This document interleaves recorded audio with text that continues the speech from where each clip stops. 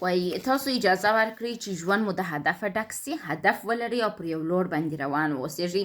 موږ په داسې یو دنیا کې اوسېږو، اوس فلحال په داسې زمانه کې اوسېږو چې سیکولریزم ډېر حاکم سوی دی. انسانان منحصر به فرد دي او وایي چې مثلا هر انسان باید خپل ژوند خپله جوړ کړي.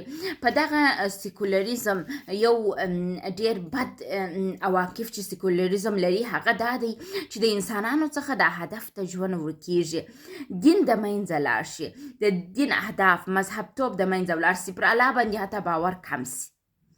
باور وکړئ هغه انسانان چې په سیکولریزم کې اوسېږي یو د هغه انسانانو څخه دي چې ډېر غمګینه دي. هغه کسان چې په سیکولریزم کې اوسېږي ډېر کتابونه د ژوند د هدف اړوند ورته جوړېږي. نو هغه دنیا د سیکولریزم دنیا ده، دنیا داسې یو لور ته روانه ده یا موږ پکښې کې یو چې د انسانانو څخه د ژوند هدف ورک دی. نو موږ خو مسلمانان یو، موږ افغانان یو، موږ پښتانه یو، موږ خو د ژوند هدف لرو. موږ الله جل جلاله پیدا کړي یو، الله جل جلاله ته بیرته روان یو. وایي لکه څه رقم چې یو پرثمره ورځ ښایسته ورځ چې تا ډېرې پیسې ګټلي اخر بیدېږي او ویښ نه پاته کېږي، حتما خوب ته ضرورت لري. دغه رقم هغه ژوند چې ډېر کامیابی، هغه ژوند چې ډېر علم چې پس کې حاصل کړي، هغه ژوند چې هره کامیابۍ ته د ژوند رسېدلی یا اخر ته پوهېږي چیرې ځې مرګ ته ځې. دا هغه باور دی چې موږ مسلمانان یې ټوله لرو.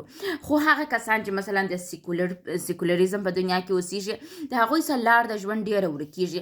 نو هوښیار انسانان بیا راولاړېږي، هغه مذهبي مسایل په ټولنیز مسایلو ترجمه کوي، قرار په کتابو کې چاپوي او پر دوی باندې بزنس کوي.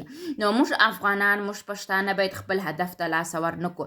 موږ الله جل جلاله پیدا کړي یو، بیرته الله ته ځو. نو د الله هغه فرمانونه چې موږ ته په قرآن شریف کې او یا هم د احادیثو د نګاه سره موږ ته راغلي دي هغه باید موږ په ژوند کې عملي کړو، یو خوشحاله ژوند ځان ته وټاکو، هدف په ژوند کې ولرو، تر څو موږ د هغه سیکولریزم دنیا و عمق ته ولاړ نه سو چې پای تنهایی او ناکامي ده. کوشش وکړئ چې خپل پر الله باندې باور، خپل د الله هغه هدف چې موږ ته د ژوند راټاکل دی پر هغه ولاړ سئ.